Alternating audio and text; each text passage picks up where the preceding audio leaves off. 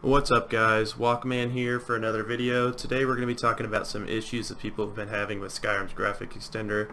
Some people have been having issues running this along with ENBoost or ENB. They can get some graphical issues. I just want to let you guys know I did state in my previous video that they were compatible. That was solely based off the fact that on SKGE's page, if you scroll down to the features section, you'll see that it says under General ENB/ENBoost compatibility. I had assumed that that meant that they were compatible. What I found out after testing it myself though is that's not entirely true. I'll explain more on that later, but with some tweaking you can get ENBoost to work with SKGE, and I'm going to show you how to do that in this video. And just another little side note, I'm not actually going to be going over how to install ENBoost or ENBs. If you're watching this video, I'm going to kind of assume that you know how to install an ENB. I will be showing you how to change the settings so that you can get it to work properly with Skyrim Graphics Extender, however. So just keep in mind that in this video I am using the latest version of ENBoost, which is 6.0, well 6.3 technically. I am using the latest ENB series files, which is 0.305, and for the ENB I tested, I actually used Vivid Weather's ENB, which is over on that page. I'll leave links for all those down in the description so you can go check them out. Alright, so in this clip, this is what it looked like when I installed SKGE with ENBoost and didn't edit any settings. Later I found out that disabling God rays through SKGE actually removes this effect and fixes that, so you won't have the black sky. And in this clip you'll see what looks like a graphical issue. I did find out later through editing that this issue was caused by leaving SKGE's SMAA enabled while running ENBoost together with that.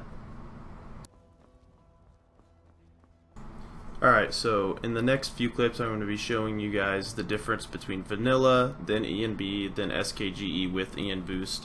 I'll explain why I'm going to be showing you guys this after, so I'll talk to you then.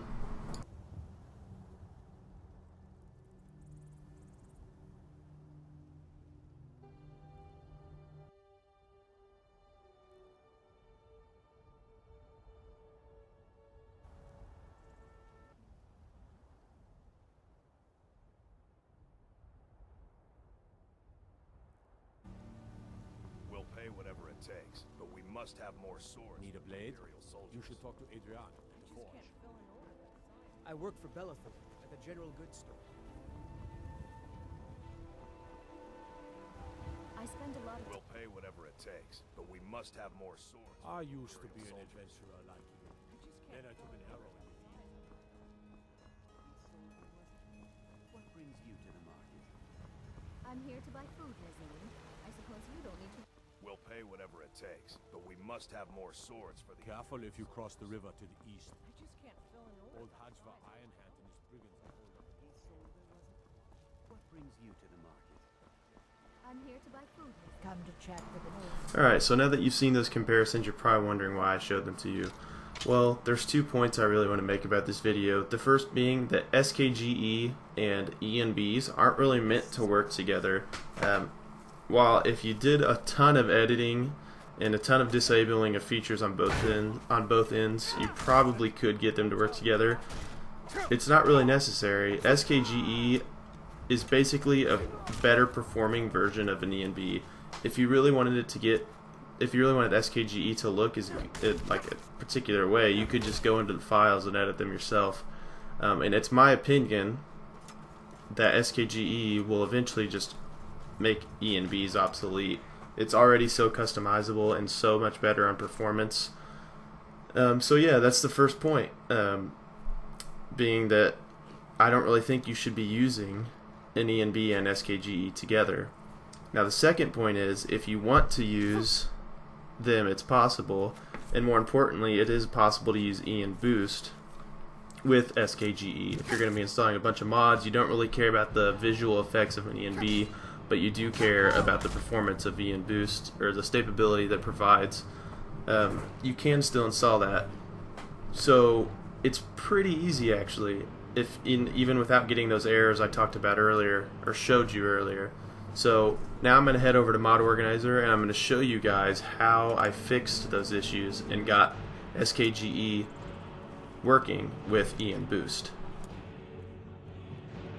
Alright, so here we are in Mod Organizer. I have ENBoost, the latest version, installed and ready to go. I have Skyrim Graphics Extender installed and ready to go. Now, to get these two working together nicely, I'm going to have to disable a few things that SKGE offers. So I'm going to open this in Explorer like we did in the last video. Oops, sorry. I'm going to double click on it, File Tree, drop down the SKSE folder, then the plugins, and you'll see Skyrim Reloaded.ini. Right click on that and open it, and you'll get back to the features. Okay, so to get it working, at least to get if you have the effect where it's like a black sky and in third person and everything else is black in first person, you're gonna have to disable depth of field. I disabled that and went back into game, and that issue is fixed. But that arose another issue. There was texture issues, which you saw a video of that earlier too, which I don't know why, but SMAA was causing that. So I disabled that, and everything was working. Now I can tell you that ambient occlusion, God rays, and coloring for sure all work when you're using ENBoost. I did not try cinema, bloom, motion blur, low HF, or sharpening.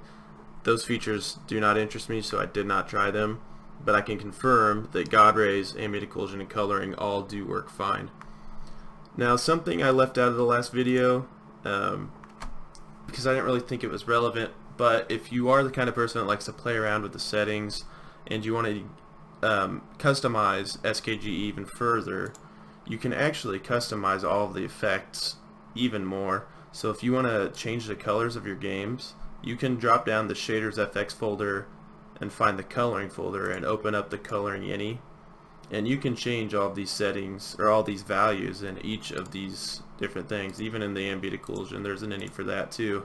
So yeah, if you are the kind of person that likes to mess around with the visual effects, you can really customize SKGE a lot more than, like, on par with ENB, I would say. So yeah, that's gonna about wrap it up for this video.